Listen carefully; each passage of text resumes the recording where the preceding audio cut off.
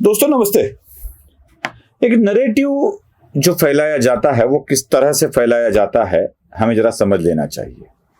जैसे ही मोदी 3 सरकार सत्ता में आई तो महाराष्ट्र के नेता शरद पवार ने ये कह दिया कि ये लंगड़ी सरकार है, ज्यादा देर तक नहीं चलेगी। अब शरद पवार जो कहते हैं वो करते नहीं हैं, जो करते हैं वो कहते नहीं हैं, बिल्कुल विपरीत है शरद पवार का सब कुछ। शरद पवार एक नैरेटिव सेट करना चाहते हैं कि सरकार लंगड़ी है, उसे स्थिर करने की आवश्यकता है। शरद पवार यूं ही नहीं कहते। मैं आपको उदाहरण समेत बताता हूं, उदाहरण समेत। क्या है, शरद पवार जब 2014 में उनकी सरकार चली गई, कांग्रेस और राष्ट्रवादी कांग्रेस एनसीपी वाली सरकार महाराष्ट्र में थी, वो चली गई। वैसे ही शरद पवार पृथ्वीराज चव्हाण की सरकार को रखना ही नहीं चाहते थे। उसके बाद भारतीय जनता पार्टी को सबसे बड़ी पार्टी के रूप में 115-120 के करीब विधायक मिले। कुछ अपक्ष विधायकों, इंडिपेंडेंट विधायकों, निर्दलीयों का भी समर्थन रहा। फिर शरद पवार ने कहा कि हम इनके साथ नहीं जाएंगे, और फिर कह दिया कि नहीं जाएंगे कहा, और सदन में बाहर से समर्थन दे दिया, वॉकआउट कर लिया शरद पवार के सदस्य, और बहुमत हासिल कर लिया भारतीय जनता पार्टी ने। ऐसा होता है शरद पवार का। शरद पवार अपनी जरूरत है ये दाखिल बताने के लिए दूसरों को नीचा दिखाते हैं। 2014 में जब देवेंद्र फडणवीस मुख्यमंत्री बने थे तो शरद पवार की आवश्यकता दिखाने के लिए उन्होंने उद्धव ठाकरे का बलि दिया था। बैठे थे एकनाथ शिंदे, यही नेता विपक्ष बनकर, यही एकनाथ शिंदे। उद्धव को कह दिया था कि तू बीजेपी के लिए आवश्यक नहीं है, तो बिठा दिया विपक्ष में ले जाके, एकनाथ शिंदे नेता विपक्ष बने। शरद पवार को जब भी किसी के पास जाना होता है तो पहले रास्ता साफ करते हैं। अपनी जगह बने इसलिए रास्ता साफ करते हैं। तो क्लियरली समझ लीजिएगा, शरद पवार जब भी किसी सरकार को और समर्थन की आवश्यकता है ये कहना चाहते हैं तो वह अपना रास्ता साफ कर रहे होते हैं। शरद पवार ने क्या कह दिया, मैं नीतीश कुमार से बात करूंगा, मैं चंद्रबाबू से बात करूंगा, वो इडनी में आ जाए। और फिर क्या कहा जाने लगा कि शरद पवार के बात होने के कारण नीतीश कुमार फिर पलटी मार सकते हैं, चंद्रबाबू भी आ सकते हैं इंडी की तरफ, मोदी तो नहीं बनेंगे। ऐसा हुआ नहीं। नीतीश कुमार भी गए, चंद्रबाबू भी गए, सब हर कोई गया, और शरद पवार बैठे धरे के धरे रह गए। अब शरद पवार इस सरकार को लंगड़ी क्यों कह रहे हैं? उनको मोदी को यह बताना है कि भाई ये नीतीश कुमार और चंद्रबाबू कभी भी आपसे दूर हो सकते हैं, डरिएगा मत, मैं हूं ना, मेरी आवश्यकता पड़ेगी मुझे पूछिए, मैं हूं, हेलो हेलो मैं हूं। ये बताने का यह तरीका होता है, ये बताने का तरीका होता है। शरद पवार अपना रास्ता साफ करते हैं।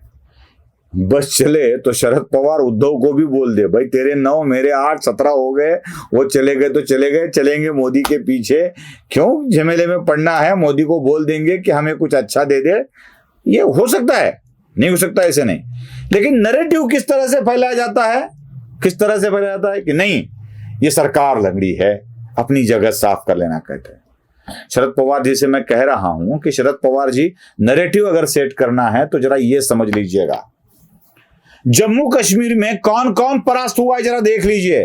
वैसे तो आप नसीब वाले थे, आप नसीब वाले कम और माइंड वाले ज्यादा थे, जो आपने ये तिकड़म कर दिया। पार्टी टूटने के बाद भी कांग्रेस को साथ ले लिया, कांग्रेस के वोट ट्रांसफर करके ले लिए, उद्धव को साथ ले लिया, उद्धव के मन में उद्धव के लिए लोगों के मन में सहानुभूति निर्माण करने का प्रयत्न किया, फिर मराठा आरक्षण वाला आंदोलन वाला हथियार उठाया, फिर किसानों वाला हथियार उठाया और चलने लगे। किसानों को, प्याज के किसानों को बड़ी दिक्कत हो रही है, इसके दूध वाले किसानों को बड़ी दिक्कत हो रही है। ये नैरेटिव चला चला के पवार ने अपनी नैया कैसे तो करके पार कर ली। लेकिन ये याद रखिएगा, शरद पवार का लिमिटेशन है 8 सीट। 8 की गांठ नहीं खुलवा सकते शरद पवार, कभी भी नहीं खोल सकते। पहले जब उनकी पार्टी बनी थी तो भी सबसे ज्यादा वो सीटें मिली थी 8। अब चूंकि उनकी पार्टी टूटी है फिर भी सीटें मिली 8। 8 के आगे जाते ही नहीं है। शरद पवार को बड़ा यश मिला है, कहने वाले सुन ले, 8 के आगे अगर सांसद बने हैं शरद पवार के तो बता दो मुझे, किसी भी इलेक्शन का आंकड़े निकाल कर देख लो, नहीं बने हैं। वो शरद पवार ये देख रहे हैं कि देश में असल नैरेटिव क्या चल रहा है। भाई जम्मू कश्मीर में पूर्व मुख्यमंत्री महबूबा मुफ्ती गिर चुकी है, फरास्त हो चुकी है। महबूबा मुफ्ती की पार्टी को जम्मू कश्मीर वालों ने नकार दिया है।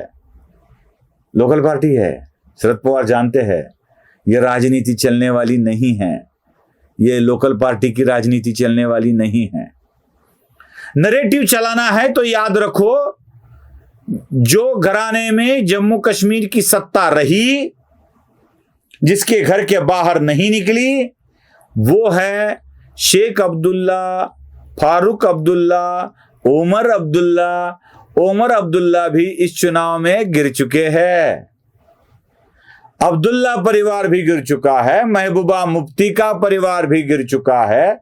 तो शरद पवार को ये समझ में आ रहा है कि भाई ये जिन लोगों को इंडी की डंडी खड़ी करके हम ऐसे हाथ धर के खड़े थे, वो सब गिर रहे हैं, सब गिर रहे हैं। शरद पवार ने देख लिया है शरद पवार ने कि बिहार में लालू प्रसाद की बेटी गिर चुकी है। जिसने लालू प्रसाद को किडनी दी थी ना, वो वाली बेटी लालू प्रसाद की गिर चुकी है चुनाव में। ये जानते हैं। शरद पवार ये भी देख रहे हैं कि ममता बनर्जी इसी चीज को लेकर इंडी में शामिल नहीं हुई है, नहीं आना चाहती है ममता बनर्जी अपने को इंडी में लेके। बाकी छोड़ दीजिए, शरद पवार ने यह भी देख लिया है कि उद्धव को क्या यश मिला है।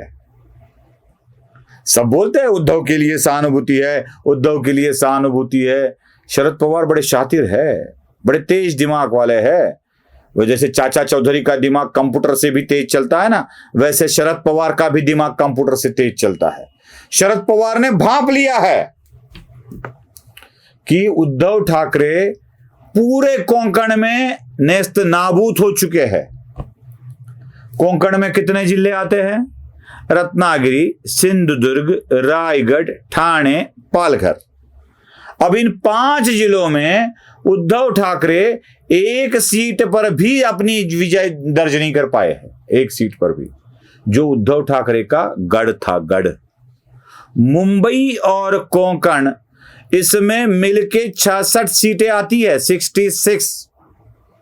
इन सीटों पर उद्धव ठाकरे अपना करिश्मा नहीं दिखा पाए हैं, जो शिवसेना का गढ़ था, और वो गढ़ एकनाथ शिंदे के हाथ में जा रहा।